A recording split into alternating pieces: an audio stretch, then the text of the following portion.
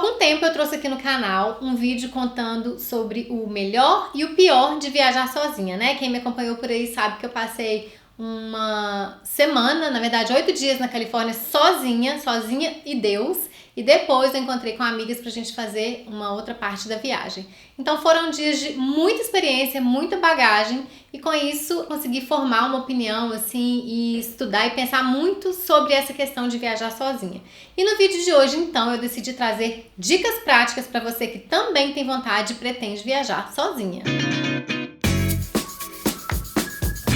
Dica número 1, pesquise muito a sua viagem com antecedência, antes mesmo, de ir para o destino final. Pesquise muito, anote tudo, compartilhe com as pessoas próximas, tanto o seu roteiro como dados da sua estadia. E aí vale mandar arquivos para mãe, para o marido, para amiga, para vizinha, para irmã, enfim, pessoas próximas que estão acompanhando de certa forma aquilo ali. É importante que elas tenham esse tipo de informação, até porque se eventualmente você perder, você tem a quem recorrer. E uma dica de ouro para completar esse ponto número 1 é você compartilhar a sua localização com essas pessoas próximas a você através do aplicativo do Google Maps. Então, onde você estiver no mundo, se tiver acionada a localização, qualquer pessoa consegue te achar, numa emergência, numa situação assim mais complicada. Então, assim, lógico que ninguém espera isso, mas todo cuidado é pouco. Dica número 2, hospede-se em lugar seguro e recomendado. A gente bem sabe que viajar muitas vezes pode ser caro e na grande maioria das vezes acaba sendo, assim. Claro que a gente pensa em fazer economias, a gente pensa em, evitar de gastar onde não precisa e tudo mais. Mas se tem uma coisa que eu acho que a gente tem que ter muito cuidado é na escolha, da estadia. Então, assim, não tô falando de escolher luxo, de forma alguma, mas a questão é escolher um lugar que seja recomendado, um lugar que seja bem localizado, especialmente se você, sendo mulher, viajando sozinha, muitas vezes pode ser que chegue à noite, lugares muito ermos, então é importante a gente se certificar e é legal que hoje em dia também a gente consegue pela internet checar a localização, a vizinhança, os arredores de onde quer que a gente esteja indo praticamente hoje em dia, então a gente consegue fazer essa pesquisa previamente e isso sim é um segundo ponto muito importante a ser observado. Agora, uma outra dica é, se você ainda assim fica com receio, de viajar sozinha, fica com receio de se hospedar num lugar, chegar, sair, enfim, toda aquela movimentação sozinha, uma dica bem interessante é se hospedar em albergues. E outra dica bem interessante também nessa linha é se hospedar em casa de família. Eu já tive experiência de ficar nos dois. O albergue eu viajei, fiz um mochilão uma época com uma amiga, então eu tava com uma amiga, mas assim, vi diversas pessoas viajando sozinhas e todas elas muito inseridas ali naquele contexto. E no caso da casa de família, eu já fiquei quando eu viajei sozinha, quando eu morei no Canadá. Então são duas opções bem interessantes, para quem viaja sozinha, mas que quer se sentir um pouco mais inserido ali, próximo de outras pessoas. Uma outra dica super válida é: faça amigos, contextualize-se no destino. E o que eu quero dizer com isso? Quando a gente tem essa sensação de estar inserido em algum contexto, primeiro, a gente se sente muito mais seguro. Segundo, a gente aproveita muito mais, absorve muito mais da experiência, do contexto, daquela situação. E terceiro, a gente acaba sabendo de coisas que eventualmente a gente nem saberia se a gente não trocasse ideia com ninguém. Então, é sempre válido perguntar para alguém que já viveu aquela situação, que está alguns dias na sua frente, ou que pesquisou coisas que você não pesquisou. Então, não tem erro, só você vai lucrar com isso. Portanto, faça amigos na sua viagem. Próximo ponto é: saiba falar o mínimo da língua local. E eu quero dizer mínimo do mínimo do mínimo. Eu nunca achei e nem nunca vou achar, que isso fique muito claro aqui no canal, que a pessoa precisa saber a língua do destino final para onde ela está indo. Não precisa, mas é recomendado a gente ter certas noções, que seja pra gente entender o que tá falando no metrô, pra gente entender o que tá falando, pra pedir alguma coisa. É claro que hoje em dia, com as facilidades da tecnologia à nossa disposição, a gente tem, um Google Tradutor, tem tudo no celular e tal. Isso realmente não é um problema. Mas tem coisas que a gente precisa ali de imediato. Então, assim, dá pra viajar sem saber nada da língua? Dá. O Luciano acabou de ir pra Rússia, não sabia um A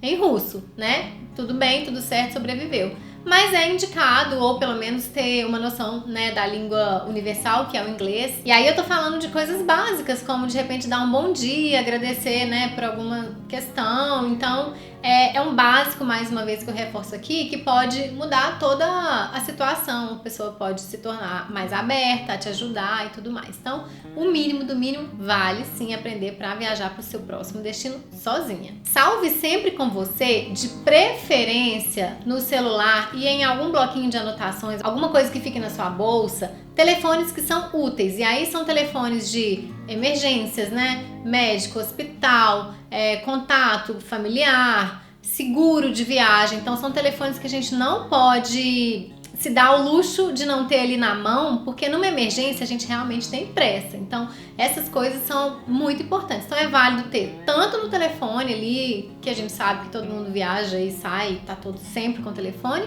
quanto no bloquinho de anotações, porque de repente pode ser alguém que vai precisar, né, te auxiliar por algum motivo, ninguém tá livre. Então, o que a gente puder fazer para facilitar, vamos fazer. Muita atenção na hora de pegar o seu táxi, o seu Uber, né? O lado bom de tudo isso é que a gente tem os aplicativos de viagem, então assim, a gente consegue monitorar mais, né, quem tá vindo nos receber, a gente consegue fazer reclamação e tudo mais, mas todo cuidado é pouco. Então, uma coisa que é super válida é que, além do localizador usado no GPS, que eu falei aqui como o primeiro item, a gente também tem como compartilhar a nossa viagem do Uber. Então, assim, muito melhor pecar pelo excesso nesse caso do que pela falta. Lá na viagem, eu lembro que quando eu fui pra San Diego, fui cedinho e voltei no fim do dia, peguei trem na estação, cheguei, era tipo meia-noite, bem tarde, assim, e aí tinha ninguém na estação, e aí o Uber ia chegar em, sei lá, 5, 7 minutos, aí chegou, eu tava um pouco cismada, falei, quer saber? Mandei minha localização pro Luciano ali, ele não entendeu nada, porque ainda não tinha falado, ainda não tinha surgido essa oportunidade ainda naquela viagem. Então eu mandei, mas foi ótimo porque assim, de cara ele já tava alerta ali, né? Então, mais uma vez, todo cuidado é pouco. Uma coisa que é engraçada, assim, que nem todo mundo pensa, é que assim, quando a gente viaja sozinho, especialmente se você for pegar um trem ou um ônibus, a gente pode dormir, cochilar. Quem nunca, né? Isso super acontece. E o que acontece é que, em especial, no que se refere aos trens, os trens têm paradas 1000.